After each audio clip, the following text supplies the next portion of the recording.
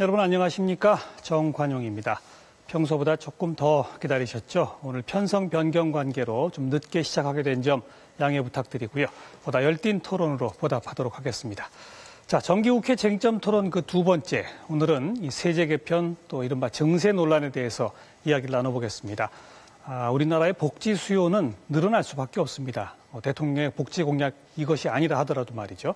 하지만 경제 상황도 좋지 않고 이러다 보니까 이 세금이 거치는 것은 들어갈 돈보다 그렇게 충족하지 못한 상태입니다. 그러다 보니까 정부도 얼마 전에 세제 개편안을 내놨고요. 야당에서는 이른바 부자 감세를 철회하자 이런 주장을 펴고 있는 상태입니다. 바로 여러분들께서 내시게 될 세금에 관한 이야기인데 어떻게 하는 것이 가장 합리적인 해법일지 오늘 여러분과 함께 지혜를 모아보도록 하겠습니다. MBC 100분 토론 지금 출발합니다.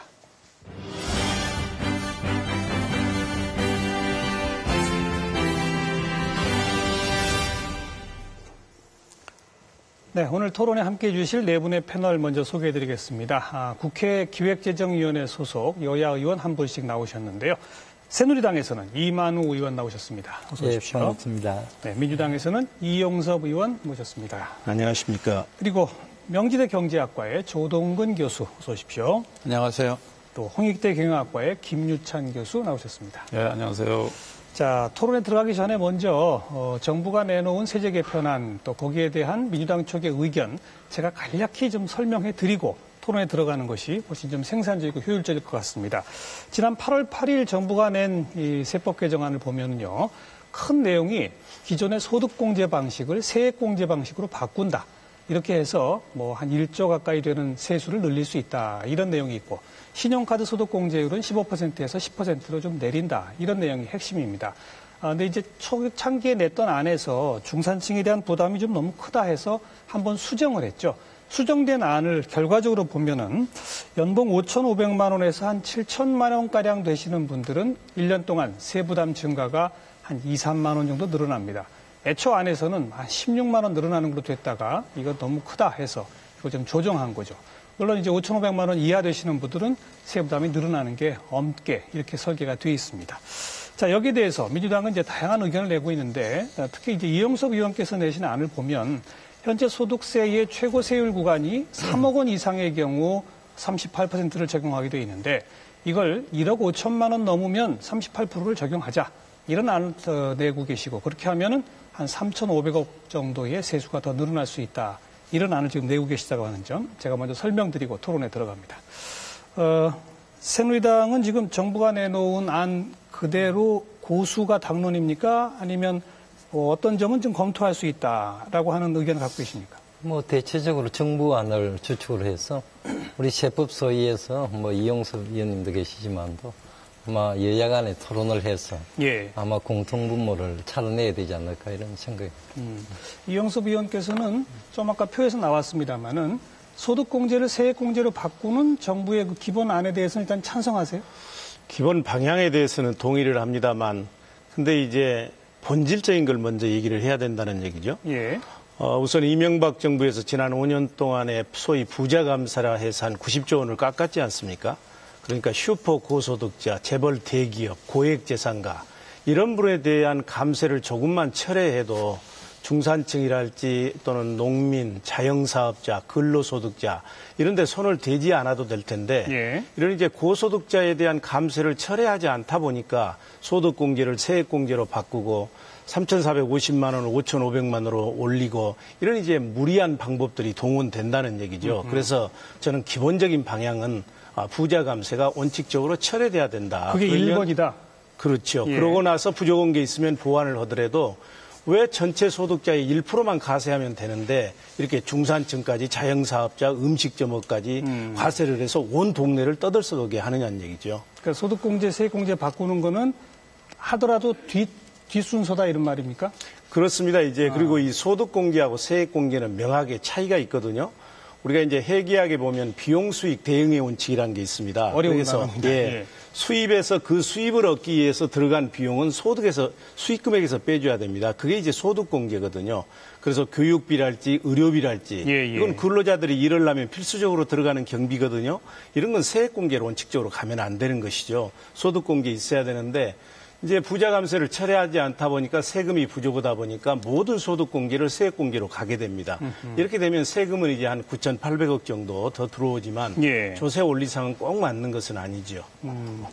그러니까 정리하자면 방향은 맞으나 어떤 항목을 세액 공제로 바꿀 것인가 등등은 더 세밀하게 뜯어봐야 할 더 것이다. 논의를 해봐야 된다. 그 전에 부자 감세 철회가 우선이다. 그렇습니다. 이만호 의원 한 말씀 먼저 드시고 그다음에 두 우리 분께 민주당에서는 그 부자 감세 이렇게 말씀을 하는데 저는 조금 개념을 달리 하고 있습니다.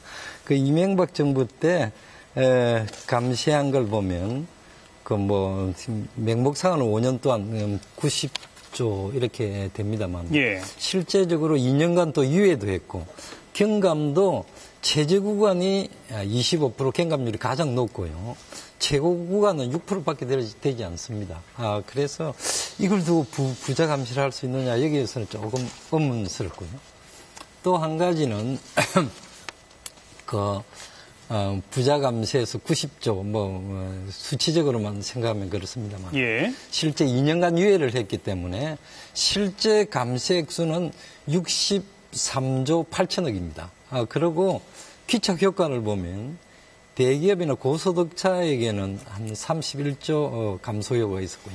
48.6%고 예. 서민 중산층이나 중소기업한테는 33조 원의 감소 효과가 있어 오히려 51.4%의 감소 효과가 있습니다. 서민 중산층한테 혜택이 더 크다.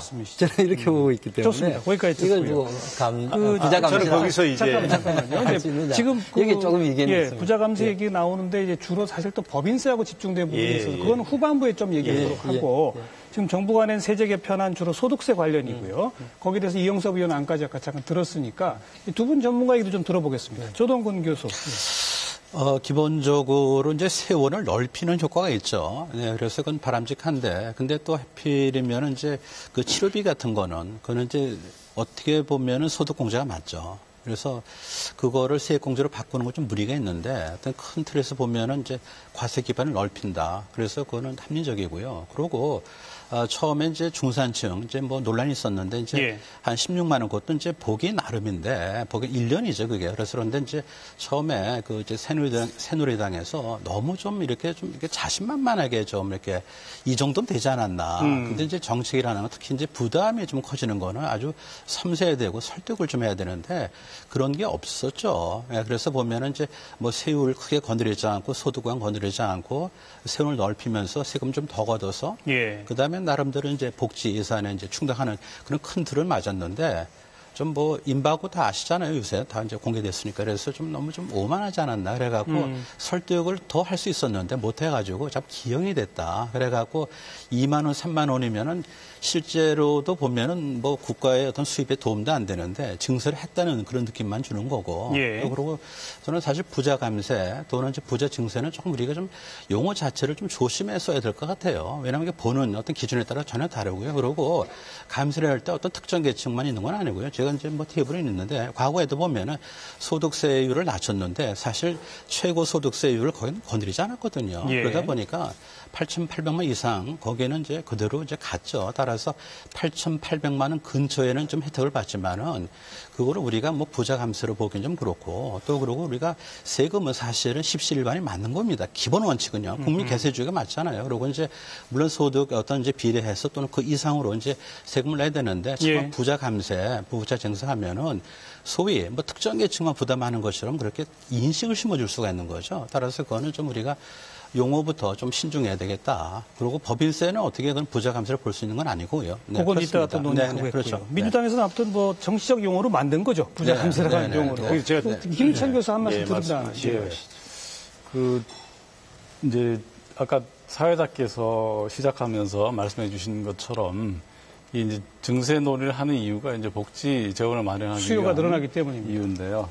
그래서 사실은 그 복지 재원에 대한 필요성이 굉장히 큰 규모이기 때문에 지금 그 이용섭 의원께서 말씀하신 것과 같이 어떤 1%의 그 소득이 높은 사람들에게만 과세해서 문제가 해결될 것이라고 보지는 않아요, 저는. 그렇기 때문에 물론 그 민주당에서 얘기하는 그런 소득세율 체계를 조정한다. 그래서 최고세율 구간의 소득 구간을 갖다가 좀 더 낮춰서 예. 많은 부담을 그 소득이 높으신 분들이 해야 된다는 것에 대해서 전적으로 동감하고요. 그렇지만 또 이것이 이제 소득이 높은 사람들이 좀 더 세금을 많이 내야 되지만 일반적으로 어느 정도 보통 수준 정도 이상이 되는 소득을 가진 사람들도 조금씩은 세금을 더 내야 되는 것이 아니냐 저는 예. 그렇게 생각합니다. 그렇기 때문에 그럼 지금 정부가 낸 정부에서 낸 예. 그 소득공제를 세액공제로 바꾼다는 것에 대해서 저는 크게 찬성을 하고 있고요. 예. 다만 이번에 그 세액공제로 바꾸는 내용이 이 근로소득공제는 그냥 놔뒀고요. 근로소득공제는 사실 굉장히 큰 폭으로 우리가 제공하고 있는데 그 부분을 좀 줄여야 되는 건데 그냥 놔뒀고 예. 인적공제 부분에서 인적공제가 가장 중요한 건데 인적공제를 제외한 그 다자녀 추가공제라는 이런 작은 부분만 건드려서 세액공제로 바꿨고요. 그다음 특별공제 부분에서 또 세액공제로 바꿨는데 좀 더 세액공제, 인적공제라는 것을 우리가 확산해야 될 필요가 있고 확대해야 되죠, 실제로. 왜냐하면 인적공제라는 것이 정말 사람이 기본적으로 필요한 생활에 필요한 기본 경비에 관한 것인데. 그렇죠. 저희가 1인당 150만 원 정도 제공하고 있다면 이건 굉장히 작은 폭이거든요. 그래서 그걸 확대해야 되고. 그걸 확대해서 확대하면서 소득공제가 맞습니까? 세액공제 그건 세액공제로 가도 좋다고 봅니다. 게. 네, 그래서 좀 더 적극적으로 그러니까 소폭으로만 세액공제로 바꾸지 말고 더 큰 폭으로 세액공제로 바꾸는 것이 저는 필요하겠다 이렇게 생각하고 있습니다. 네, 예, 이용석. 이제 부자 감세라고 하는 것은 고소득자, 고액재산가, 대기업에 대한 감세를 총칭해서 묶어서요. 어떤 의미에서는 약간 상징적으로 정치적으로 쓰는 얘기입니다. 근데 저는 이제 새누리당에서 요즘 와서 부자 감세가 아니다 이렇게 얘기하는 것은 당당하지 못한 것입니다. 원래 이 감세를 할 때 부자나 대기업에 대해서 감세하면 그분들이 소득이 늘어나면 투자가 늘고 소비가 늘어나서 그게 물이 넘치듯이 낙수 효과에 의해서 서민들까지 효과가 간다 하는 게 그 원칙에 따라서 이명박 정부가 감세를 했고 강만수 장관도 그래서 부자 감세를 한 겁니다. 그런데 이제 부자 감세를 안 했다고 하면 정책의 일관성이 없어지고요. 그리고 아까 우리 조동근 교수님 최고 세율을 손대지 않았기 때문에 꼭 부자한테 혜택이 안 간 거다 이렇게 말씀을 하시는데요. 우리나라 소득세율은 초과 누진세율입니다. 그래서 낮은 세율을 내리더라도 우선은 소득이 많은 사람이 그 초과되는 부분에 대해서 가세를 하거든요. 그래서 우선적으로 소득이 많은 사람이 낮은 세율도 먼저 적용을 받는 겁니다. 그렇기 때문에 그렇고요. 그리고 이제 이거는 거짓말을 할 수가 없습니다. 조세 부담률이 참여정부 말에 21%였습니다. 이게 이명박 정부에서 19%대로 떨어졌거든요. 그러면 2%포인트가 떨어졌지 않습니까? 그러면 GDP가 1,300조라고 하면 1,300조 곱하기 2% 오면 1년에 약 26조가 깎인 겁니다. 그리고 깎이게 되면 근로소득자는 지금 36%가 세금을 하나도 안 냅니다. 소득이 적기 때문에. 자영사업자는 손해가 나기 때문에 46%가 세금을 안 냅니다. 법인의 경우에도 32%가 세금을 안 냅니다. 그렇기 때문에 세금을 깎으면 그거는 고소득자나 대기업이나 고액재산가한테 혜택이 가는 게 맞는 것이고요. 그리고 8월 8일 날 이 세제 개편안이 발표됐을 때 박근혜 대통령께서도 다 보고를 받으신 거였거든요. 근데 발표한 4일 만에 원점에서 재검토하라 하가서 반려를 했어요. 저도 이제 세제실장도 하고 하면서 오랫동안 세제 개편을 해봤습니다만 일찍이 역사상 이런 적이 없습니다. 4일 만에 뒤바뀐 적은 없다. 예, 정부가 세제 개편을 하고 대통령께서 다시 검토하라 한 적이 없거든요. 이것은 무슨 얘기냐면 개편 내용에 문제가 있다는 것이거든요. 그러면 전반적으로 부자 감세를 철회할 것인지 말 것인지 깊이 검토를 해야 되는데 정부는 하루 만에 수정안을 내놨거든요. 전면적으로 재검토를 하겠는데 바꾼 게 딱 한 가지입니다. 소득 금액 3,450만 원 이상자의 세금이 늘어나도록 돼 있는 것을 5,500만 원으로 늘린 것뿐이거든요. 그렇죠. 그런데도 또 청와대는 전면 재검토하라고 했는데 딱 하나 고쳤는데도 아무런 얘기도 안 하거든요. 그래서 시민 국민들은 이게 짜고 치는 거 아닌가 하는 이런 생각도 하는 것이고요. 그래서 저는 이제 소득공제가 세액공제로 가는 것 자체가 잘못됐다고 얘기는 하지 않습니다. 그 나름대로 의미가 있습니다.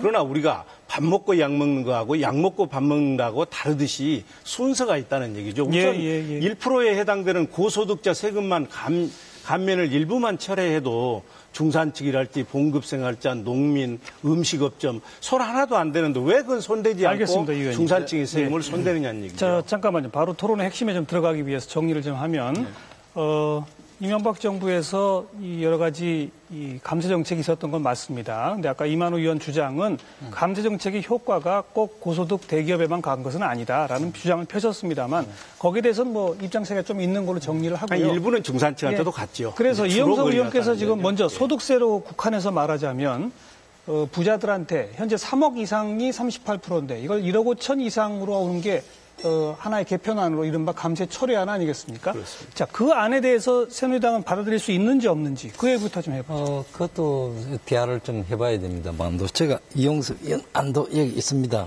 투표로 우리 시청자님들을 위해서 우리 의원님 안은 여기 여기 중간 거 예, 최고 1억 5천만 원 이하 35% 이 구간을 이제 신설한 거 지금 3억인데. 예. 또 현행안은 이 아니고 또 우리 민병두 의원님은 예 5억 이하는 40%, 5억 초과는 45% 이렇게 더 새로 신설하는 거죠. 신설하겠습니다.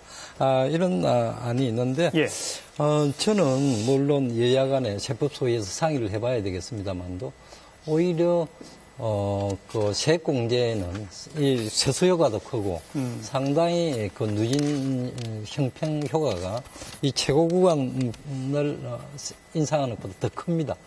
그런 점에서 오히려 현 정부안이 좀 비교 의의가 있지 않나. 형평을 그러니까 세액공제로 전환하는 정부 안에다가 추가로 이렇게 하는 방법에 대해서는 그건 아마 더 주로 논의를 해봐야 됩니다. 지금 기존의 새누리당 입장은 지금 정부안만 하자.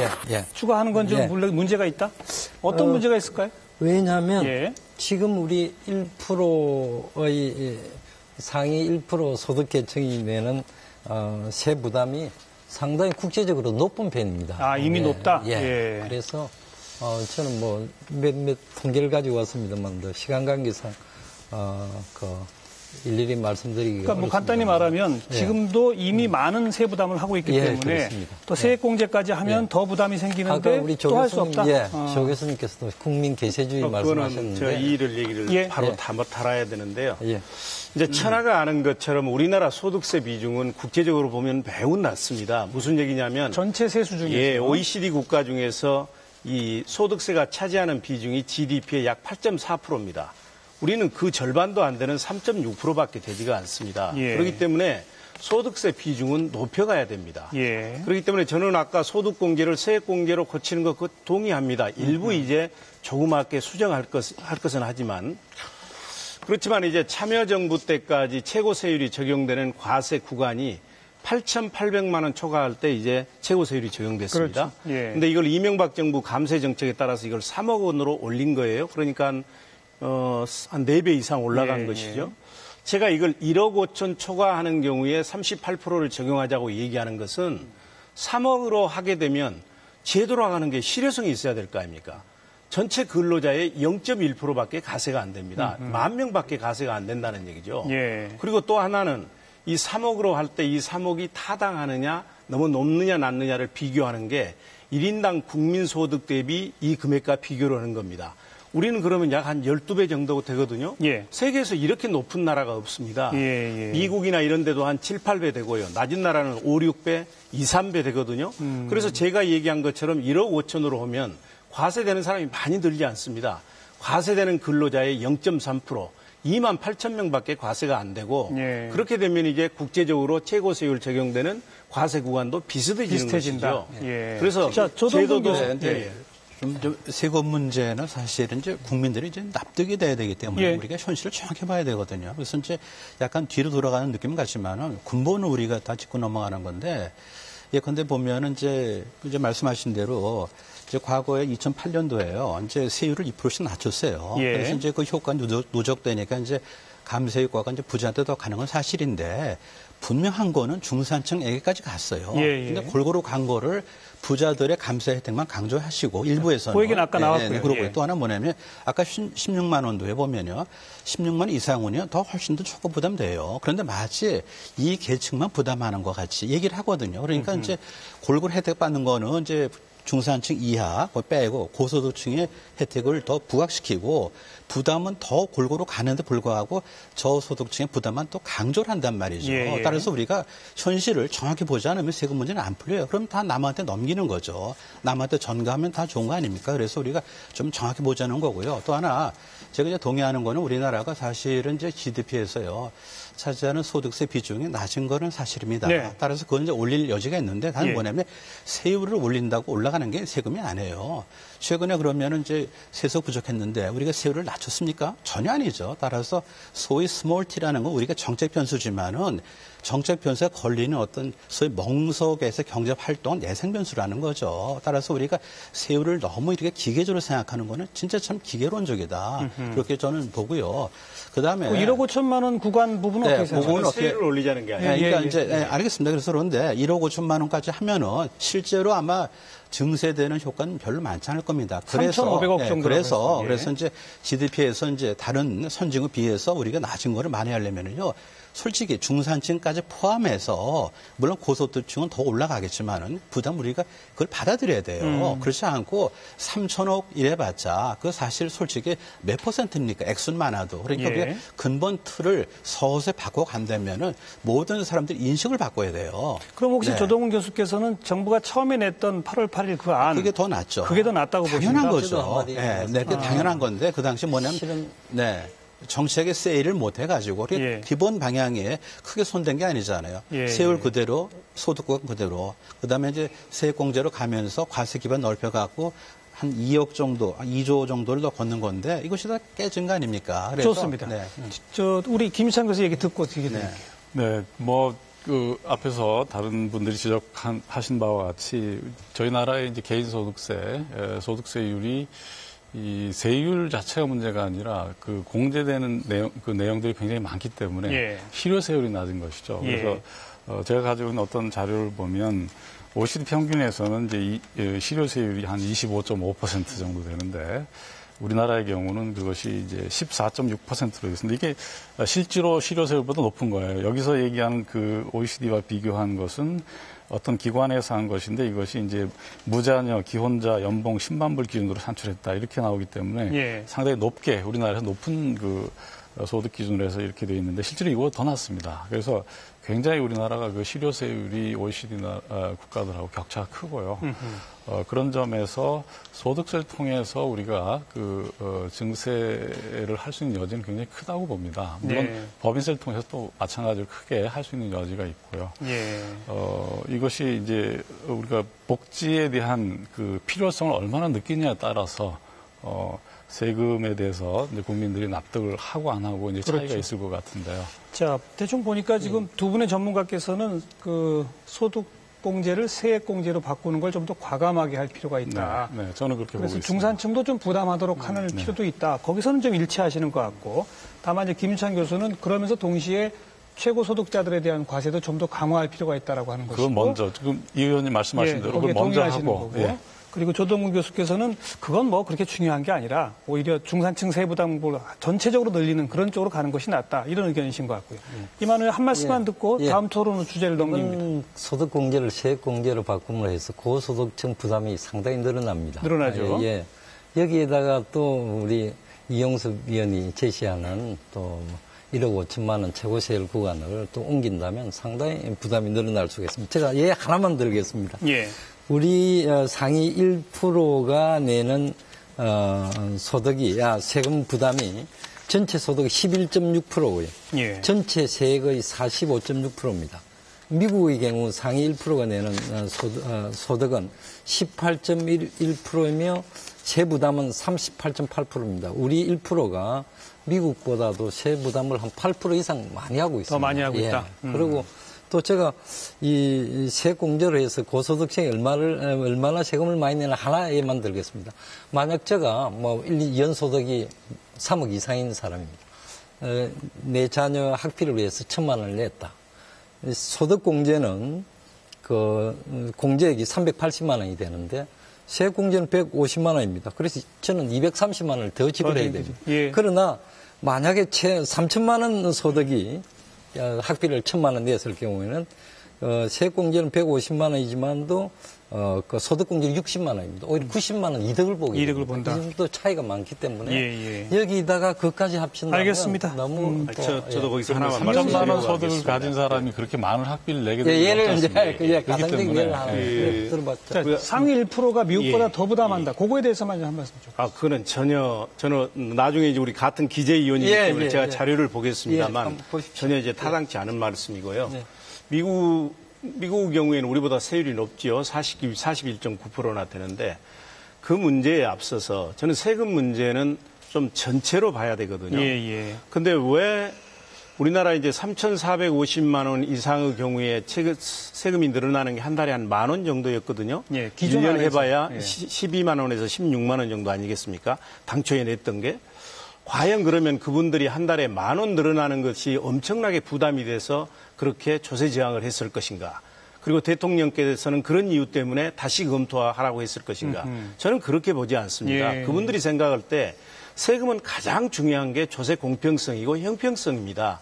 소득이 많은 사람은 더 많은 세금을 내고 소득이 적은 사람은 적게 내자는 것이죠.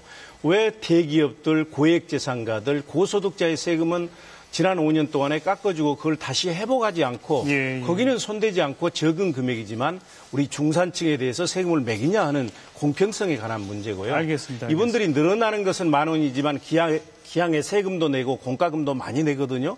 바늘 하나가 낙타 허리를 휘둘리게 한다 하는 것처럼 현재 중산 서민들은 매우 어렵습니다. 그렇기 때문에 추가로 늘어나는 16만 원도 매우 무거울 수 있다는 것이죠. 그래서 저는 우선 아까 우리 김유찬 교수께서 적절하게 지적해 준 것처럼 순서를 잘 정해야 됩니다. 우선순위를. 그러니까 고소득자 먼저 제대로 적정 수준으로 가세하고 저는 무겁게 가세하자는 얘기하지 않습니다. 적정 수준으로 가세하고 그래도 부족하면 중산 서민층으로 내려올 수 있다는 얘기죠. 오늘 첫 발언부터 순서가 중요하다는 말씀하셨기 때문에요. 자, 이제 소득세 그리고 정부가 낸 세제 개편안에 대해서는 어느 정도 좀 토론이 진행됐고요. 사실 이거보다 세수 진작 효과가 훨씬 크다고 지금 주장되는 것이 바로 법인세 부분입니다. 법인세 부분에서 지금 여야가 어떻게 차이 나는지 우선 제가 잠깐 정리해드리면 새누리당이나 정부 입장은 그 법인세 세율 인상은 좀 어렵다. 대신에 지금 비과세나 감면 이걸 대폭 감축하면 거기서 세수를 크게 늘릴 수 있다. 오늘 국정감사 자료에서 나온 거 보니까 10대 재벌만 지난 5년 동안 이 비과세 감면 받은 액수가 10조가 넘는다. 이런 게 나왔으니까 그런 걸 줄이면 된다는 얘기시고 민주당은 거기에 대해서 물론 그 비과세 감면을 없애는 거 동의한다. 거기다 추가로 이 과표 500억이 넘는 그런 대기업의 경우는 최고 세율을 좀 올리자. 이런 안을 지금 내고 계시지 않습니까? 자, 요 안에 대해서 우선 찬반 토론 들어가겠습니다. 저는 사실은 좀 굉장히 좀 하책이라고 생각이 들거든요. 그런 주장에 대해서. 우선 뭐냐면은 이제 이게 소득세 같이 무슨 소득 구간에 따라서 세율을 차등 두는 게 아니죠. 법인세는요. 그러니까 이제 뭐 재분배를 위한 어떤 세제가 아니고 그다음에 이제 아까 말씀한 대로 이제 소득세제가 GDP 중에서 차지한 비중이 다른 나라에 비해서 얕기 때문에 올리는 건데 법인세는 도리어 높아요. 우리가 아주 높습니다. 구체적으로 보면은 2009년도만 하더라도 8년도인데 한국이 4.2%의 GDP였어요. 그러니까 현재 법인세는 상당히 좀 큽니다. 좀 부담이. 그래서 우리가 여기에 대해서 올리면은 뭔가 소탐 대실할 수 있죠. 예컨대 보면은 지금은 이제 둥지를 어디다 트는 건 내 마음이거든요. 따라서 올리면 우리나라 들어오지 말라는 선사래예요. 외국 자본한테요. 그렇게 할 이유가 없잖아요. 그리고 만약 법인세 올리면요.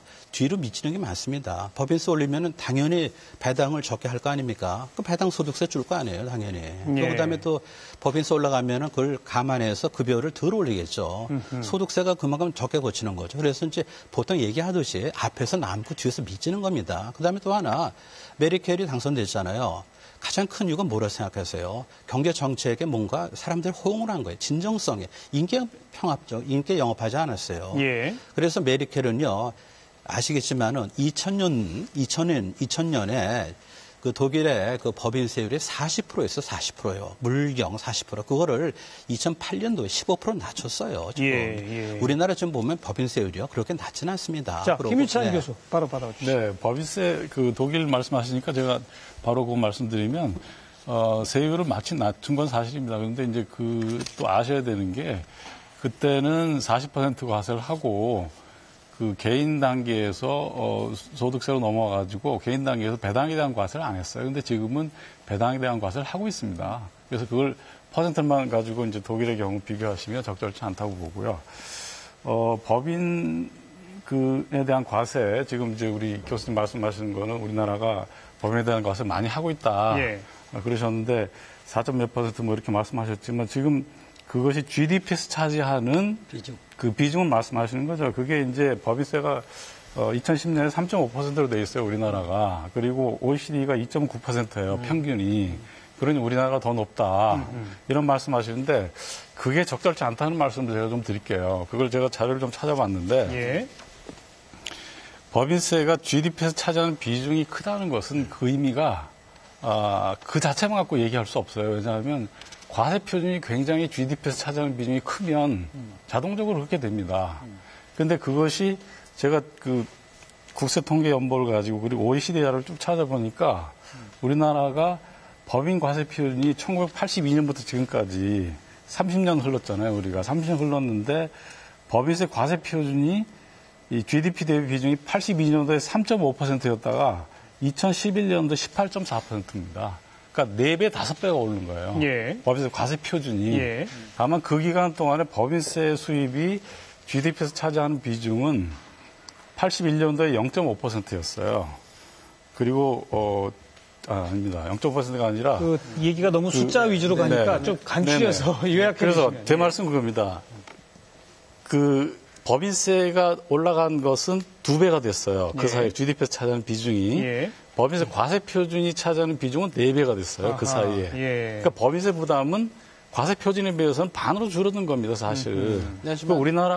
그리고 우리나라가 OECD하고 비교해서 과세 표준, 그 법인세 과세 표준 GDP에서 차지하는 비중이 OECD보다 훨씬 높아요. 네. 그러니까 법인이 가지고 있는 소득이 가계소득에 비해서 굉장히 높다는 거예요, 우리나라. 알겠습니다. 그 얘기는 예. 너무 작은 기업한테도 과도한 세부담을 좀 가고 아니요, 우리는 전체 기업만 보는 겁니다. 전체 기업 보는 건데 전체 기업에서 기업 사이드에서 우리나라에서 소득을 가져가는 부분이 가계에 비해서 월등하게 높다는 겁니다. 또 OECD 기준에서 훨씬 높고 좋습니다. 그렇기 때문에 약간 높게 우리 법인세가 GDP 차지하는 비중이 OECD보다 약간 높게 나타나는 거예요. 예.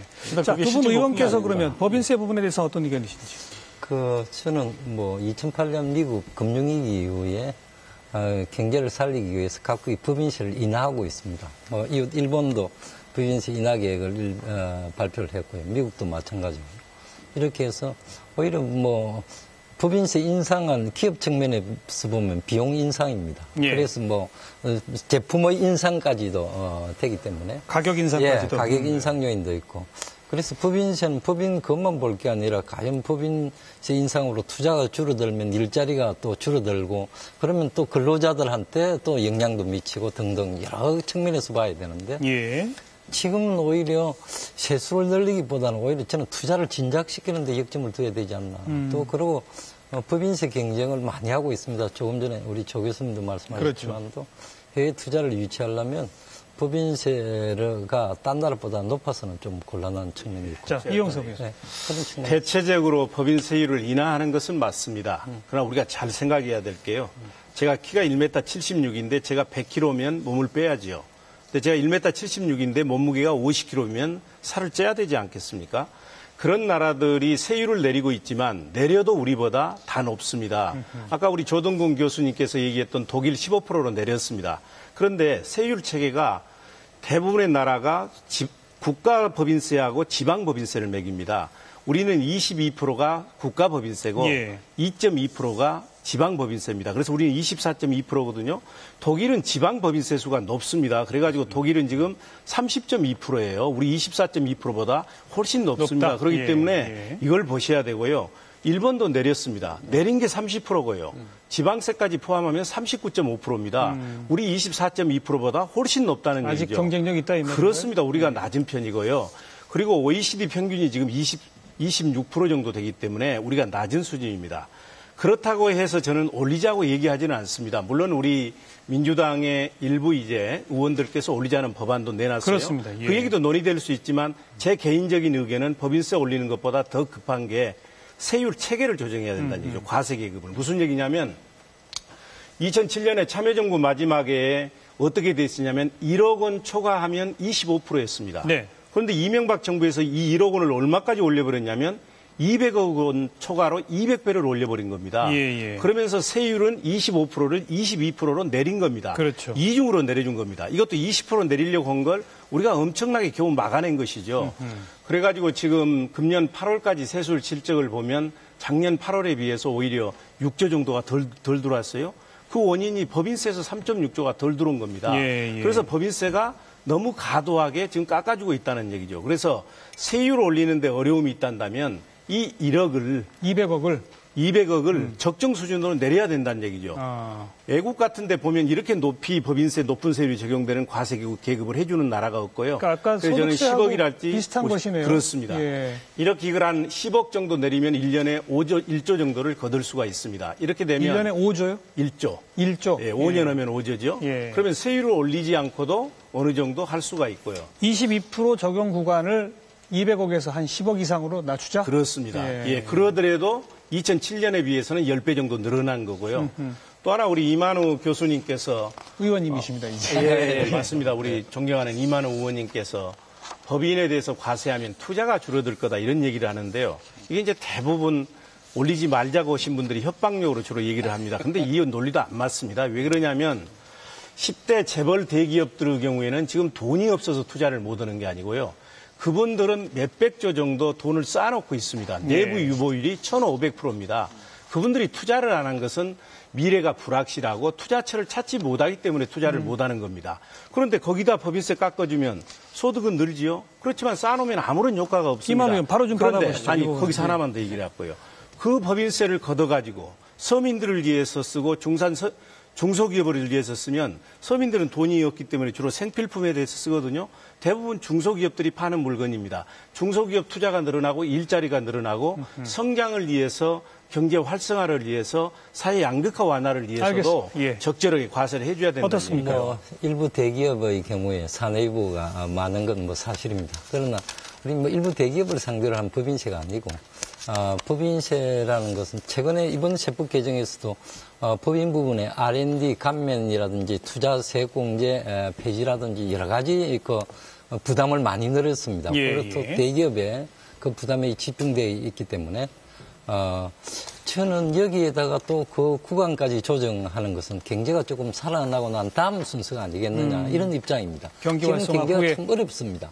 그래서 오히려 경기 활성화를 해도 좀 뭐 부족할 텐데 여기에다가 세율까지 조정한다. 이건 좀 우선순위에 조금 그 정책 방향이 맞지 않나. 잘못돼 있다는 거죠. 네, 왜 그러냐면 그게 이제 기본적으로 1980년에 미국의 레이건이 채택했던 낙수 효과에 기초한 신자유주의 정책이거든요. 아까 설명하셨죠. 예, 아까 설명드린 것처럼. 그럼 우리가 2008년부터 2012년까지 그렇게 세금을 깎아주고 법인세율 내렸지만 좋아졌습니까? 경제는 더 어렵고 사회 양극화만 심화됐지 않습니까? 경기 진작 효과 없다. 그래서 지난 2008년부터 2012년 초까지 소득세를 OECD 34개국 중에서 12개 나라가 올렸습니다. 부가가치세도 17개 국가가 올렸습니다. 지금은 옛날처럼 세금을 막 그렇게 깎는 그런 게 옳은 정책이 아니라는 게 2008년 9월 15일 리만 브라더스 사태가 나오면서 세계적으로 증명이 된 겁니다. 오히려 그건 뭐 우리 이 의원님하고 생각이 조금 다른 게 리만 브라더스 사태 이후에 세율 인하한 국가 더 많습니다. 제가 알기로는. 그거는 법인세만 그렇습니다. 다른 것은 올리게 맞고요. 법인세의 경우에. 그래서 그 법인세 그 인하 효과가 덜한 것은 세계 경제가 그만큼 침체되어 있기 때문에. 경제 위기 때문이었다. 역설적으로. 그렇게 보신다. 그래서 저는 그거라도 안 했으면 더 투자가 줄어들어서 더 경제 침체가 가속화되지 않았겠나 이런 개인적인 생각을 갖고 있습니다. 법인세만 가지고 어떤 경제를 얘기하고 이제 기업 활동에 대해서 비용을 얘기한다 그러면 우리가 보는 그 시야가 굉장히 좁다고 생각하는데요. 잘 아시다시피 제가 뭐 표를 가지고 왔는데 이게 패널 판이 없어서 보여드리진 못하겠는데. 핵심만 좀 설명해 주세요. 법인세가 GDP에서 차지하는 비중이 이제 사실 보신 바와 같이 우리나라 경우 3.5% 그렇게 높지 않고 OECD도 높지 않지 않습니까? 굉장히 큰 걸 차지하는 게 사회보장기여금입니다. 사실 OECD에서 그 9.51% 평균이 그렇고 우리나라도 5.7%인데 뭐 독일이나 프랑스 같은 나라는 뭐 15% 이렇게 됩니다. 근데 그 내용이 뭐냐 하면 그것이 사실은 아시다시피 뭐 건강보험이라든지 국민연금 그런 거지 않습니까? 예. 그것의 반을 기업이 내니까. 기업이 내는 거거든요. 근데 법인세에 비해서 그 예를 들어서 뭐 어떤 나라가 10%다 사회보장기여금이 5%를 기업이 내는 거예요. 예. 사실은 법인세보다 굉장히 큰 부분을 그렇죠. 내고 있는 거거든요. 그래서 우리나라 그 법인의 비용을 봐도 2011년에 뭐 3,800조, 2011년이죠. 3,800조의 매출액이 있었으면 그 중에 법인세 비용이라는 것은 1%밖에 안 됩니다. 그러니까 굉장히 작은 부분이에요. 전체 법인이 지출하는 비용 중에서는. 예. 그렇기 때문에 그걸 봐가지고 사실은 뭐 법인이 그 투자를 결정한다, 안 한다 하는 것은 크지 않다. 사실은 크지 않은 거고요. 네. 그것보다 더 중요한 것은 이런 사회보장기여금이거든요. 그게 굉장히 더 큰 비용 요소예요. 다만 그런데 우리나라는 그게 절대적으로 낮고, 뭐, 그 외국 같은 게 그 중요한 뭐, 우리 경쟁국가라고 하긴 어렵지만 우리가 좀 가야 되겠다 하는 나라들은 그게 굉장히 높거든요. 예, 예. 그렇게 본다면 그 나라에서 그 법인세가 사실 상대적으로 낮은 것은 사회보장 기여금이 높기 일을 때문이다. 기업이 해주기 때문에 알겠습니다. 법인세를 낮춰도 되겠다고 생각하는 거죠. 자, 반대 사례를 좀 들 수 있는데 만약에 조금 그 말씀이 맞다면은 이제 우리나라는 뭐 기업하기 좋은 진짜 천국 같은 그런 제도 또는 이제 경제 환경일 텐데 그렇게 일반적으로 생각이 됩니까? 그건 아니잖아요. 그리고 뭐 기업에서 볼 때 보면 이제 소위 이제 그 아까 사회보장 기여금 이제 그건 이제 법적이지만 우리나라 같은 건 이제 어느 정도 이제 그 뭐 특히 이제 그 고용보험에서 말이죠. 예. 연금에서 이제 고용주가 또 부담해 주는 게 있잖아요. 이제 그런 걸 다 더해야 되고 만약 수평비가 안 되면은 그 우리나라 같은 경우는 사실상 준조세가 얼마나 큽니까 지금 그걸 얘기를 안 해서 그렇죠. 그러니까 마치 우리가 뭐 기업에 대해서 무지하게 무슨 어떤 뭐 특혜를 주고 그로 인해서 사실 어떤 사람들이 그 세금이 부족해서 혜택을 받지 못한다고 이렇게 연결될 수 있는 그런 분위기로 가는 건 아닌 것 같아요. 그래서 만약에 예. 비교 안 되면은 그야말로 기업의 실질적인 부담을 다 모아야 되는 거고 또 제가 말씀한 것도 그냥 GDP 대비하기 때문에 분모는 같은 거 아닙니까? 그래서 그런 측면에서 볼 때 우리나라의 법인세 부담이 사실은 낮지 않다고 말씀드린 거고 그리고 또 우리가 얕은 게 있잖아요. 소득세라든지 또 부가치세는 더 낮죠 지금. 그래서 큰 틀에서 보는 건 맞는데. 알겠습니다. 알겠습니다. 네, 저도 한 말씀만 네. 드리겠습니다. 네. 실은 세계 어느 나라 국민이 세금 내기를 좋아하는 국민이 있겠습니까? 그리고 정치인들이 세금을 늘리자고 얘기하는 것은 매우 힘든 얘기입니다. 네. 우리도 법인세 깎아드리고 싶죠. 소득세 내려주면 인기 있을 거 아닙니까? 근데 저는 길은 두 가지라고 생각을 합니다. 이렇게 재정 적자가 계속돼서 재정 위기로 갈 것이냐. 그렇지 않으면 사회적 편익을 누리고 있는 분들이 자기 수준에 맞게끔 적정하게 세금을 내줄 것인가. 예. 왜 그러냐면 이명박 정부 5년 동안에 지금 5년 연속 우리 이 의원님 잘 아시는 것처럼 재정이 적자였거든요. 재정 적자가 98조 9천억 원이었습니다. 국가 채무가 그 기간 동안에 144조가 늘어났거든요. 예. 그러면 박근혜 정부 이제 첫 해가 들어섰는데 금년 상황은 어떻습니까? 금년에도 재정 적자가 23조입니다. 국가 채무가 37조나 늘어났거든요. 내년에 예산안을 정부가 제출을 했는데 거기에도 재정 적자 규모가 26조입니다. 국가 채무가 35조거든요.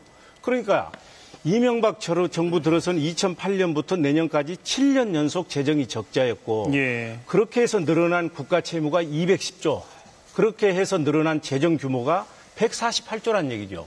그런데도 계속해서 우리는 대기업들 법인세 깎아주겠다. 고소득자 세금 안 걷겠다. 이렇게 가면 2017년에 재정 위기 오는 것이죠. 자, 저는 정치인도 때로는 거도한 결정을 해야 말씀만 된다. 좀 해보시죠. 아베노믹스가 주는 교훈을 좀 우리나라도 벤치마킹 해야 된다. 제가 내일 국감에 가서도 우리 기획재정부 장관님한테 그 질문을 드리려고 네. 합니다. 일본이 지금 정부 빚이 한 230% 정도 됩니다. 그 정도로 많은 나라인데도 불구하고 지금 아베노믹스라 해서 통화를 정말 국채를 예. 정부가 인수를 엄청나게 하고 있는데 단 한 가지 경제를 살리기 위한 그 방점뿐입니다. 지금 경제 살리기 위해서 국가 건전재정 이건 좀 뒤로 물리자 하는 거거든요. 저는 우리나라도 그걸 벤치마킹 해야 된다고 봅니다. 우선 물론 이 의원님 좋은 말씀하셨습니다. 국가 부채가 늘어나고 거기다 공기업 부채까지 하면 더 심각합니다. 그러나 우리 경제가 너무 침체해 있기 때문에 시중에 나가 보십시오. 중소기업들이 얼마나 아우성인지 어릴 때는 저는 프라이오리티를 재정 건전성은 조금 뒤로 두고 정말 아베노믹스처럼 경제 살리는데 몰입을 해야 된다고. 알겠습니다. 그거는 이 의원님께서 매우 위험한 지금 말씀을 하셨는데요. 세계에서 수많은 나라들이 있지만 가장 재정 정책에 실패한 나라가 일본입니다. 모든 나라들이 일본만은 닮지 말자고 얘기하는데 지금 그렇게 하면 안 되죠. 일본하고 우리가 다른 점이 뭐냐. 우리는 EU 국가에서 대외 의존도가 제일 높습니다. 그러니까 밖에서 조금만 충격이 있어도 우리한테 엄청난 충격으로 와 닿는다는 얘기죠. 그런데 이걸 흡수해서 버텨주는 장치가 뭐냐면 재정이고 건전 재정이거든요. 우리가 97년에 IMF 예안위기 왔을 때도 빨리 극복할 수 있었던 것은 168조라고 하는 그 재정을 투입할 수 있는 건전 재정이 있었기 때문에 가능했고 2008년에 외환 금융위기가 왔을 때도 건전 재정이 뒷받침돼서 가능했습니다. 만약 우리가 일본처럼 돼버리면요. 우리나라는 가버립니다. 그거는 일본은 절대 벤치마킹 될 수 없는 거죠. 아니고 그걸 참고할 필요가 있다. 우선순위죠, 역시. 우선순위에서. 그래서 오늘 토론은 법인세 인상 이것도 좋지만도 경제가 굉장히 어렵기 때문에 알겠습니다. 이걸 탈출하기 위해서는 오히려 세제 인센티브를 좀 오늘 토론은 양쪽 다 우선순위 얘기가 나오는군요.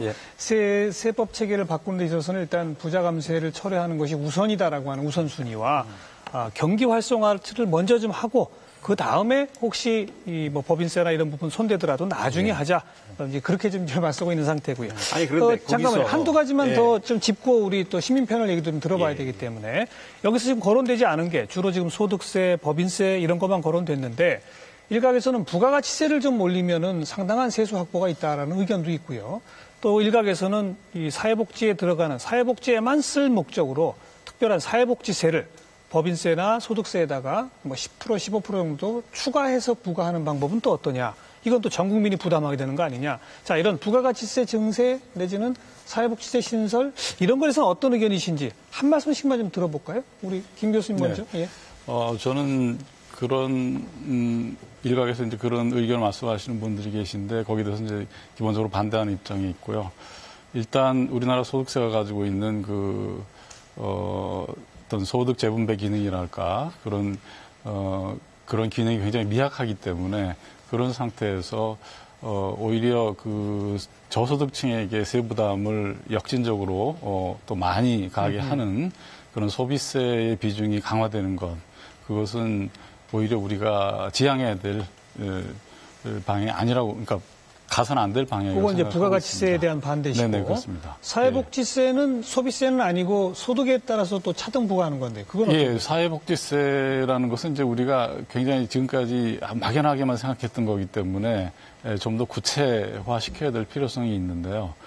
기본적으로 저는 아까 말씀드렸다시피 우리가 복지라는 것이 굉장히 중요한 목표라고 생각을 한다면 그걸 이루기 위해서 굉장히 많은 재원이 필요한데 그렇게 하기 위해서 사회복지세를 신설해서 그걸 통해서 소득세 일종의 소득세가 되는 셈이죠. 그렇죠. 그렇게 해서 재원을 조달하는 것은 기본적으로 바람직한 방향으로 생각하고요. 다만 그 사이에서 어떻게 그 세부담을 사회복지세 세부담을 가져가느냐 하는 것은 굉장히 다양한 방법이 있을 테니까 많은 고려가 또 필요할 거라고 생각합니다. 부가세는 반대, 사회복지세는 신중 검토 이렇게 보면 되겠습니다. 조동근 조합을 하기 나름인데요. 보면 이제 원하는 것만 갖고는 절대 조합이 안 됩니다. 복지는 좋고 세금 증세는 싫다. 그건 될 수가 없는 거죠. 논리적으로. 근데 저도 그래요. 사실상 부가가치세 올리기 참 어려울 거예요. 현실적으로요. 그렇다면 복지를 낮춰야 돼요. 그러니까 이제 양쪽을 같이 봐야 되는데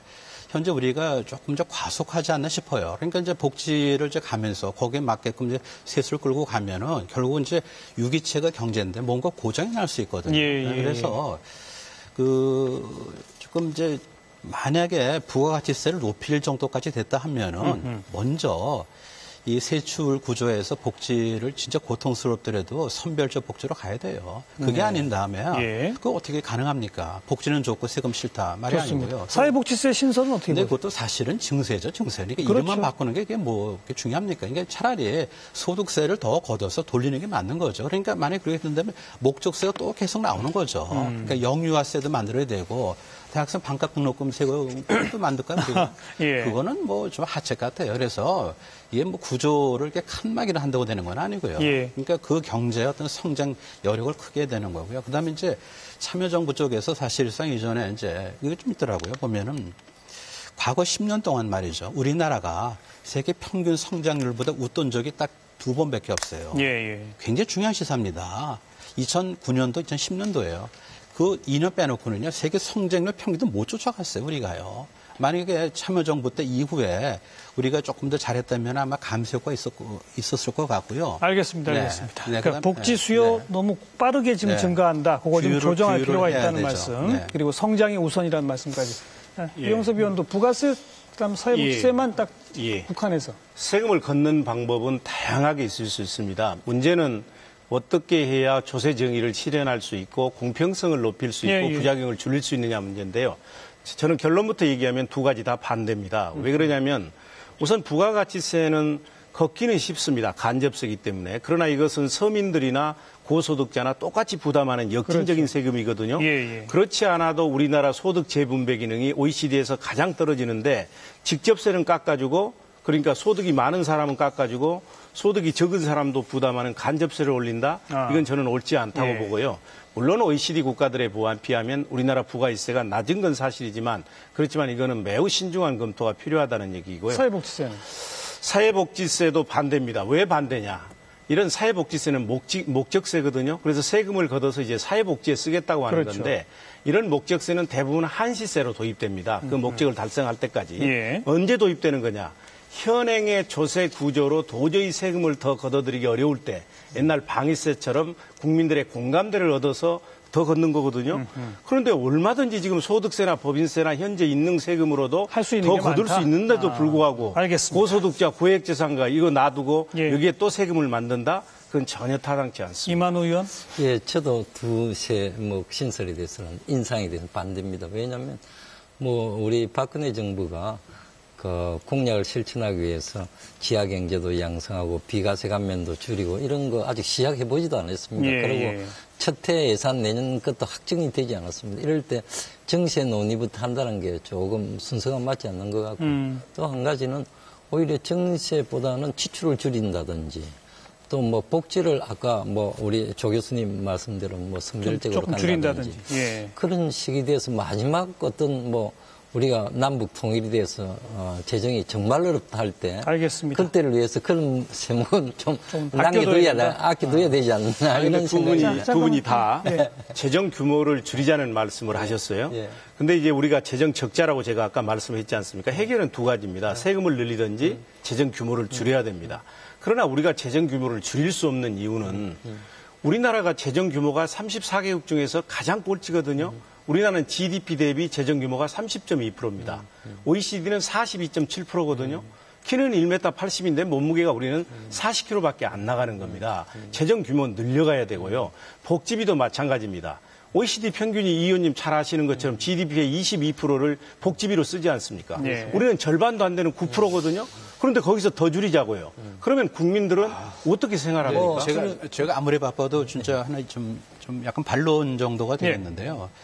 GDP에 대비해서 이제 복지비 지출을 얘기하시는데 그거는 조금 감하고 오렌지하고 비교하는 거예요. 그러니까 우리는 사실은 비버리지 스타일이거든요. 그다음에 이제 선진국들은 이제 저거죠.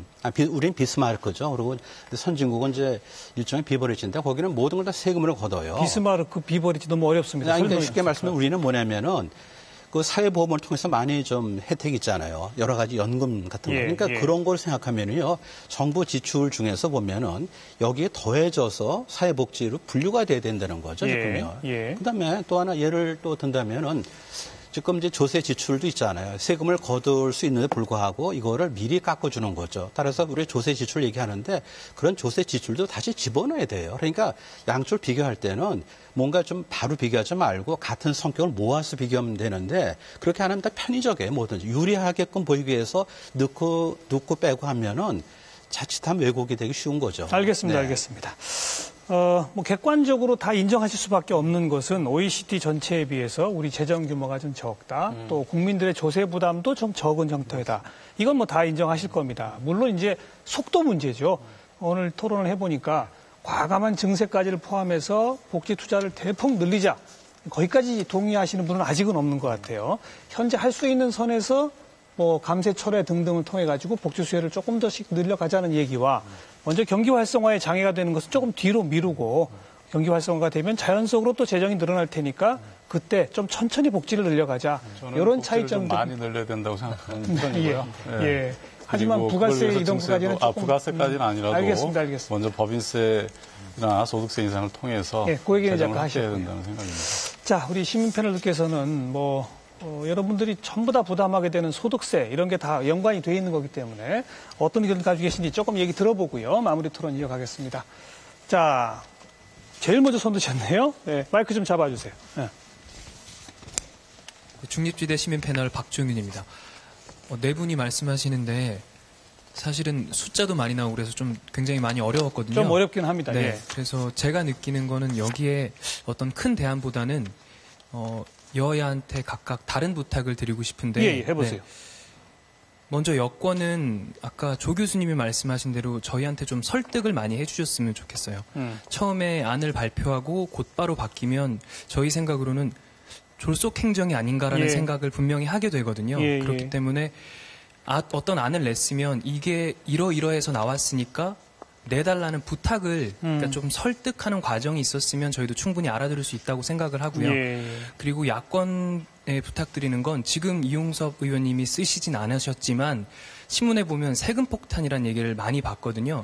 그 폭탄이라는 단어가 사실은 반대쪽에서 주로 지금 야권에 계시는 분들이 공격당할 때 주로 당하셨던 단어라고 기억을 하거든요. 예. 그거를 또 쓰신다면 보편복지를 주장하시는 분들께서 자승자박하는 결과가 되지 않나. 그래서 결국에 시민들을 생각하신다면 알겠습니다. 네, 여권은 설득 그리고 야권은 단어 선택이 좀 신중해 주셨으면 좋겠습니다. 여권은 설득, 졸속 행정 같이 보이지 않게 좀 해달라. 그 예, 말씀이고. 좋은 말씀입니다. 예. 동의합니다. 과거에 네, 종합부동산세에 대해서 세금 폭탄 얘기가 나왔는데 지금 중산층 한 16만 원 늘어나는 걸 세금 폭탄 이렇게 너무 과하게 좀 부르지 말아달라.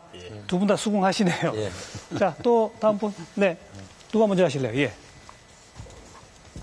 네, 중립지대 시민 패널 이우진입니다. 오늘 토론의 대부분이 이제 소득세와 법인세에 관련돼서 얘기를 하셨는데 저는 다른 방식으로도 또 세금을 거둘 수 있다고 생각을 하거든요. 뭐가 있습니까? 소득 재분배 기능을 할 수 있는 법안에 대해서 생각을 해봤는데 예를 들면 미술품 거래에 대해서 세금을 매리는 방법도 있고 예. 또 주식 거래 처분 이득에 대해서도 세금을 매길 수 있는 방법이 있다고 생각하고요. 예. 또 특별 소비세도 조금 더 품목을 정확하게 지정을 해서 세액을 조금 조정한다면 어떻게 소득 재분배 기능을 할 수 있으면서도 이 세금 마련을 할 수 있는 방법이 됐지 않을까 생각합니다. 주식 투자해서 이득 버신 분들한테 과세하는 거 네네. 지금 우리는 안 하고 있죠. 네네. 그것도 하자. 고가 사치품에 대해서 특별 소비세 이런 거 좀 하자. 제가 이따 확인하겠습니다. 또 예. 네, 중립지대 시민 패널 은승환이라고 합니다.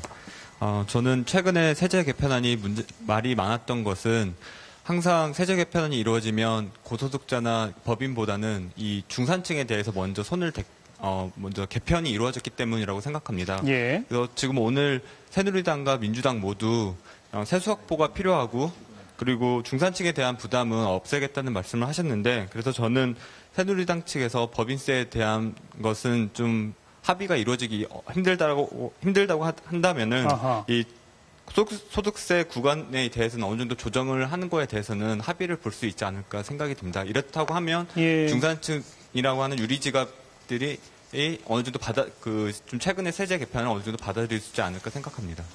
중산층이 어쨌든 조금이지만 세금을 더 내게 되니까 더 많이 버시는 분 조금 더 강하게 내도록 하는 그것까지 포함해달라 이런 의견이시고 법인세, 소득세 둘 다 안 된다고만 하지 말고 하나는 좀 양보해라 이런 얘기도 들릴 수도 있을 것 같아요. 저도 소득세 개편안을 발의를 하나 하고 있습니다. 아까 김 교수님 말씀하는 인적 공개도 넣고 이런 걸 그래서 우리 세법 소위에서 논의하게 될 겁니다. 방금 말씀하신 그런. 좋습니다.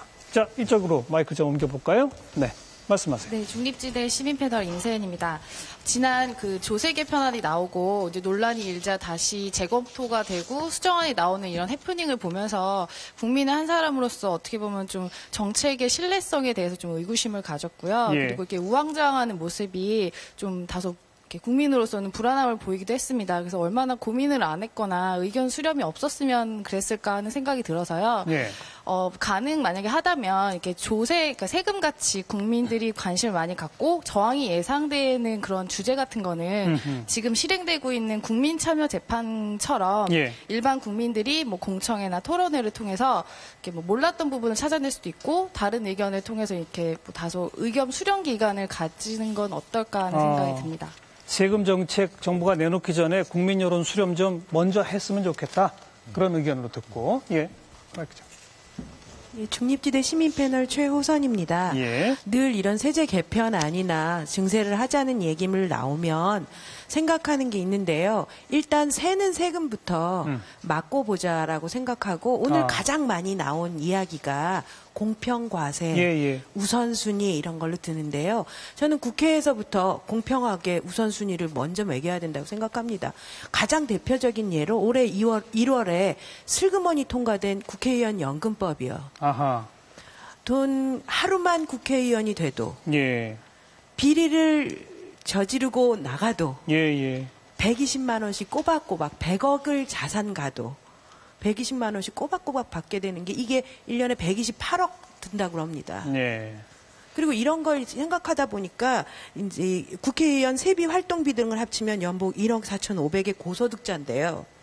지난해 낸 소득세를 살펴보니까 37명은 돈 한 푼도 안 냈어요. 소득세. 51명은 10만 원 이하. 나머지 거의 그러니까 3명 중에 1명은 안 낸 거고요. 예. 4원, 6원 내신 분이 한 분씩. 예. 이렇게 되고 있습니다. 그러면서 우리한테 유리할 지간만 털라고 그러는 건. 알겠습니다. 예. 그러니까 세출에서도 좀 조정할 거 조정하자 하면서 먼저 국회를 겨냥하셨는데 예, 그건 제가 좀 말씀을. 특권 내려놓기 하겠다 그래서 이 연금제도 바꾸겠다 여야가 다 했는데 지금 아무도 거론을 안 하시네요. 그 국회의원 연금은 원래는 이제 국회의원 하루만 하더라도 65세가 넘으면 120만 원을 주도록 돼 있던 것을 이번에 혁신 쇄신 차원에서 우리가 개정을 했습니다. 그래서 19대 국회의원들부터는 주지 않도록 했고요.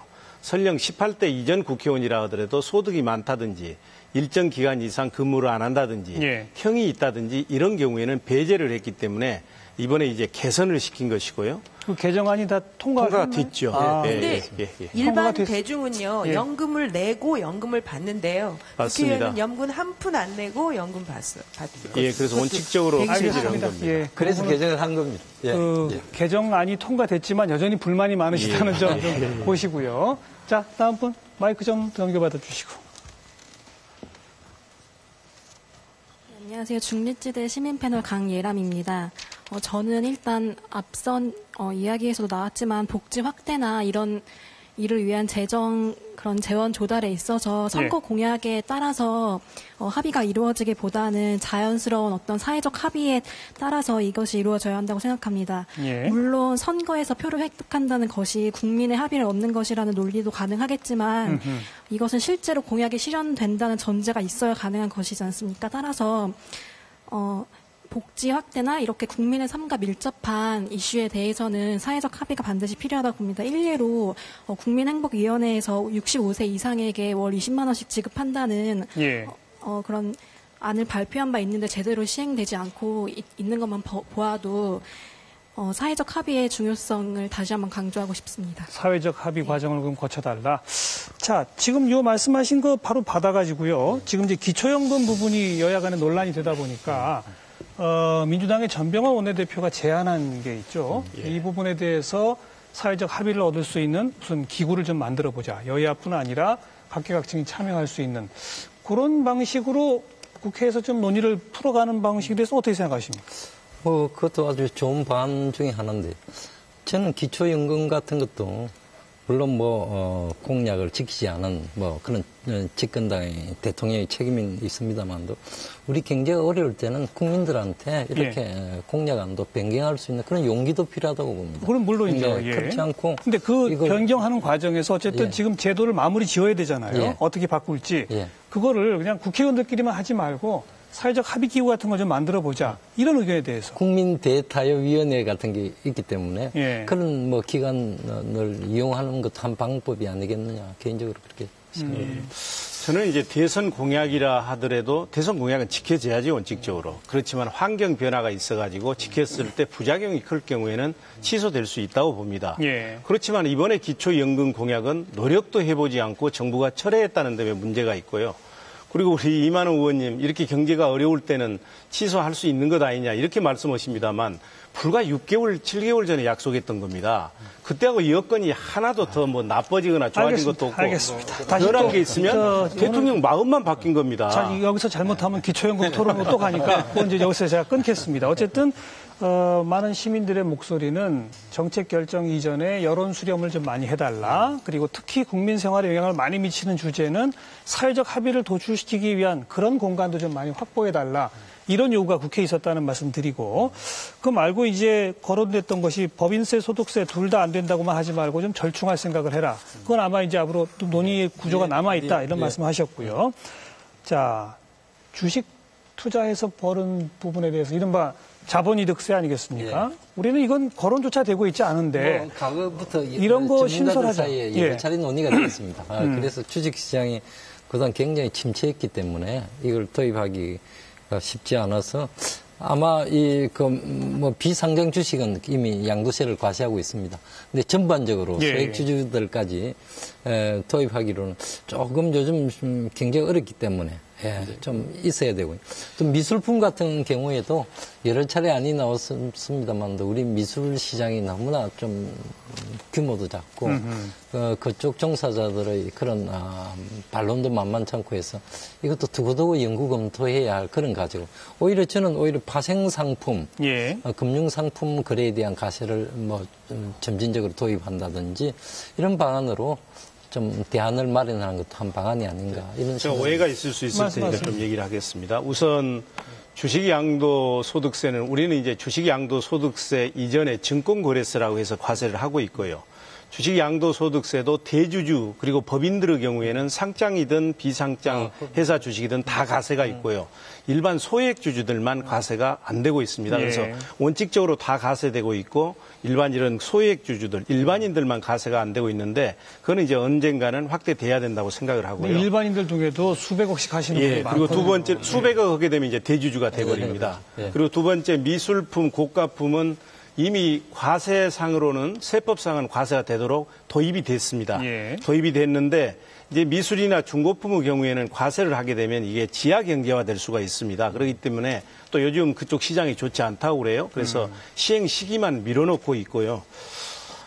파생상품은 일부 이제 과세를 하고 있고요. 그렇습니다. 사실은 이제 미룬다는 거는 할 의사가 없다는 게 되기 때문에. 근데 만약에 용기를 내서 말이죠. 양성화시키면 시장이 형성이 됩니다. 그렇죠. 뒤로 미루면 점점 더 고가 미술품 그 자체가 거래가 안 되는 거고요. 우리가 용기를 내야 되고요. 그다음에 이제 소액 주주들도 내죠. 만약에 이제 소득 있는 곳에 세금 있다면 거의 예외가 없어야 되잖아요. 그러니까 저는 마땅히 내야 된다고 생각하고 어떻게 보면 증시가 좋으면요 세금 내고서도 돈을 벌어요. 지금 이제 우리가 세금 때문에 지금 못 버는 게 아니잖아요. 그래서 우리가 이제 그거는 좀 조심해야 될 것 같고요. 그리고 항상 우리 머릿속에 뭐냐면은 세율을 높이면은 세금 더 얻는다 그게 아니거든요. 그래서 이제 지금이야말로 정치적인 어떤 이제 불확실성이 좀 줄어야 경제적인 어떤 좋은 환경이 되고 그러면 선순환되는 건데 이것이 먼저 점검돼야 될 것 같고요. 그리고 복지는 인정이 됩니다. 하지만 복지가요 참 그 얘기 이따가 좀 마무리 발언 때 하시기 바라고 우리 조동훈 교수는 자본이득 과세나 이 미술품에 대한 과세 이런 거는 적 찬성하시는 거죠. 용기를 내라 정치권에 해야 되는 거죠. 언젠가 해야 될 거라면은. 김유찬 교수는 어떻게 보세요? 지금 다 거론하셔가지고 거기 대해서 추가할 말 없습니다. 그러니까 자본이득 과세 등등에 대해서는 좀 긍정적으로 보신다? 지금 이제 말씀드린 대로 소액주주에 대해서만 그러니까 그 소액 거래자에 대해서만 과세를 안 하고 있는 거니까 그 점에 대해서는 뭐 우리가 조금 미뤄도 될 소지가 있다고 보고요. 시기를 좀 시기를 연장해서 미뤄도 될 것 같고요. 예. 네, 딴 거는 뭐 지금 그 미술품 양도 차익 과세 또 지금 제도는 도입해 놓은 상태고 파생 상품도 마찬가지고 예. 다 지금 조금 그 시간만 좀 벌고 있는 상황이기 때문에 어느 정도 정부가 할 만큼 했다고 보고 있습니다. 알겠습니다. 또 좀 묘한 결과가 나오네요. 오늘 전체적인 토론에서 증세를 조금 찬성하시는 쪽이었고 반대하시는 쪽이었는데 마지막 이 자본이득 과세하고 미술품 과세에 대해서는 우리 조 교수님이 가장 적극적으로 지금 찬성하시고. 그리고 그 말씀 중에 안 나온 것 중에서는 종교인 과세에 관한 얘기는 또 그 패널 분들께서 말씀 안 해주셨어요. 예, 그것도 중요한 이슈인데 사실은 요번에 이제 종교인 과세에 관한 쟁점이 이제 그 2015년부터 하는 거로 도입이 됐고요.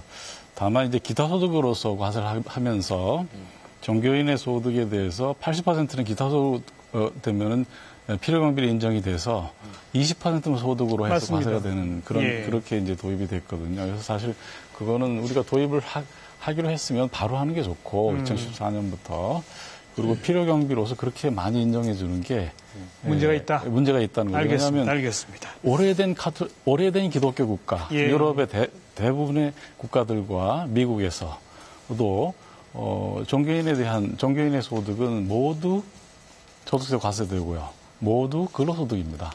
우리가 기타 소득을 할 이유가 하나도 없죠. 그 부분도 이제 오해가 있을 수 있어서 제가 좀 정리를 할게요. 종교인에 대해서 마치 이번에 처음 과세하는 것으로 사람들이 알고 있는데요. 종교인에 대해서 이미 과세를 하고 있습니다. 제도상. 근로소득으로 과세하고 있고 일부 목사님들이나 이런 성직자들께서 성실하게 세금을 납부하고 계신 분도 계십니다. 본인이 이제 신고할 때. 예, 근데 이제 다만 그분들이 이게 어떻게 해서 근로소득이냐. 그렇죠. 또 그리고 세부담이 무겁다 하는 얘기가 있으니까 정부가 이제 2015년부터 근로소득이 아니라 기타 소득의 사례금으로 해서 과세하겠다. 이렇게 돼 있는데요. 저는 우리 김유찬 교수님 말씀하신 것처럼 이게 꼭 기타 소득으로 가야 되는 것이냐. 그 문제에 대해서는 우리 세법 소위에서 진지하게 논의를 해보겠습니다. 알겠습니다. 자, 뭐 보셨다시피 미술품, 뭐 종교인 이런 데가 되면요. 국회는 눈치를 봐야 됩니다. 미술계 눈치 봐야 되고 종교인 눈치 봐야 되고 그래서 과감한 말씀들을 잘 못하시는데 어쨌든 그러나 이렇게 다양한 세목들을 종합적으로 좀 조정할 수 있는 기회를 이번에 함께 가졌으면 좋겠다. 그냥 뭐 세법 개정안 하나 이거 아니면 안 된다 이러지 마시고 그런 부탁을 좀 드리겠고요. 자, 마무리 발언 한 1분 정도씩 시간 드리고 오늘 토론 종료하겠습니다. 김윤찬 교수 마무리 발언입니다. 이제 지속적인 성장, 물론 우리가 경제가 성장해야 되는 게 굉장히 중요하다고 보고요. 지속적인 성장을 하기 위해서 가장 그럼 우리가 걸리는 점이 뭐냐, 미래에.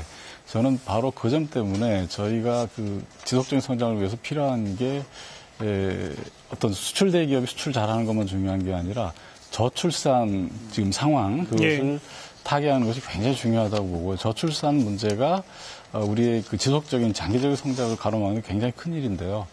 결국은 이 저출산이라는 게 왜 생깁니까? 결국은 젊은 사람들이, 출산세대 사람들이 미래에 대해서 확신이 없기 때문에 우리 애를 이 세상에 내보내서 이 사교육 경쟁 시장에서 잘 살아남을 것인지 거기에 대한 두려움이 있는 거예요. 결국 그걸 해결하자는 것이 복지거든요. 그렇죠. 그렇기 때문에 복지라는 것을 하나의 지금 아까 많이 말씀하셨지만 비용으로 생각해서는 안 될 것 같고요. 알겠습니다. 이것이 사회 인프라다.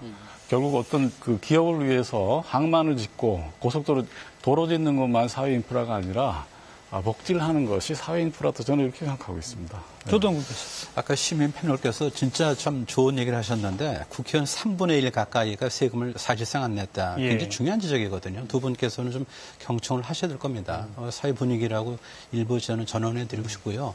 그리고 납세자는 텍스페이어죠. 텍스페이어. 우리가 이제 식당 가서 언제 제일 대접받으세요? 계산할 때거든요. 계산할 때. 그러니까 우리가 제대로 메뉴대로 왔는지 음식이 좋았는지 다 점검하고 우리가 계산하고 대접받는데 솔직히 납세자, 텍스페이어가 대접을 받지 못했어요. 그래서 어떤 면에서 보면은 그 세금 내는 기계 같은 그런 느낌도 있었고 어떻게 보면 또 고소득층은 사실은 무슨 고소득은 그게 저절로 벌어지는 게 아닌데 충분히 지금 그 이상의 어떤 납부를 하고 있음에도 불구하고 안 내는 걸로 이렇게 몰고 가는 일부 여론이 있습니다. 그럼 우리가 다 바로잡아야 되고요. 알겠습니다. 모든 사람들이 십시일반해야 되는 것이 세금이라고 생각합니다.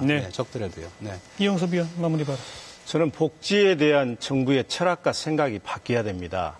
고소득자, 고액재산가, 대기업에 대해서는 천문학적인 세금을 깎아주면서 이거는 경제 활성화 정책이다 이렇게 얘기하면서 세계에서 가장 높은 빈곤율과 자산율을 가진 노인에 대해서는 20만 원 지급하는 것도 소비라고 생각하는 이 생각이 바뀌어야 되고요.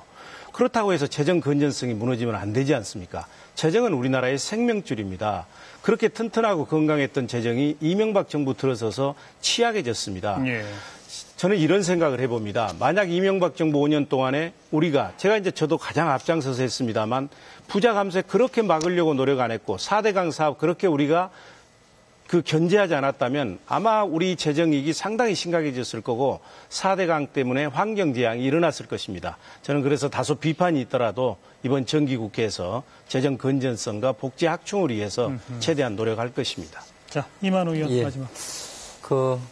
물론 고복지를 위해서는 고부담이 요구가 됩니다만도 저는 세목을 신설한다든지 세율 인상은 마지막 보루로서 좀 남겨둬야 되고, 박근혜 정부가 시작한 지 불과 1년도 안 됐기 때문에, 그것도 차츰차츰 실현해 나가고, 또 복지도 한꺼번에 모든 공약을 다 하려면 지금 재정이 어려운데 되지 않지 않습니까?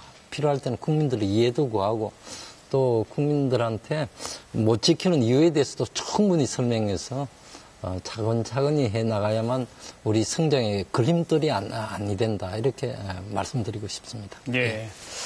자, 오늘 다양한 세목들에 대해서 각종 퍼센테이지와 수치까지 거론하면서 조금 좀 복잡한 토론이 진행이 됐습니다만은 정기국회에서 빼놓을 수 없는 과제가 바로 이겁니다. 오늘 여기 등장하지 않은 얘기들도 사실은 더 많이 등장을 해야 되죠. 바라건대는 정부 세제 개편안 내놨으니 새누리당은 그냥 이대로 가야 한다. 이렇게만 하시지 말았으면 좋겠고 또 야당에서도 부자 감세 철회해라. 그거 없이는 아무것도 못한다. 이러지는 좀 말으셨으면 좋겠고 아까 우리 시민 패널까지 거론하신 다양한 그런 조세 체계 같은 것들을 다 좀 검토해서 합리적인 대안을 절충해서 만들어 주시길 부탁을 드리겠습니다. 그래야 아마 국민들도 설득 당하실 수 있지 않겠습니까? 두 분께서 좀 앞장서 주시길 부탁을 드리고요. 네. 그리고 두 분 교수님도 늦게까지 함께해 주셔서 고맙습니다. 우리 시민 패널들께서도 함께해 주셔서 감사드리고요. 늦은 밤까지 시청해 주신 시청자 여러분께 감사 말씀드리면서 다음 주에 다시 인사드리죠. 안녕히 계세요.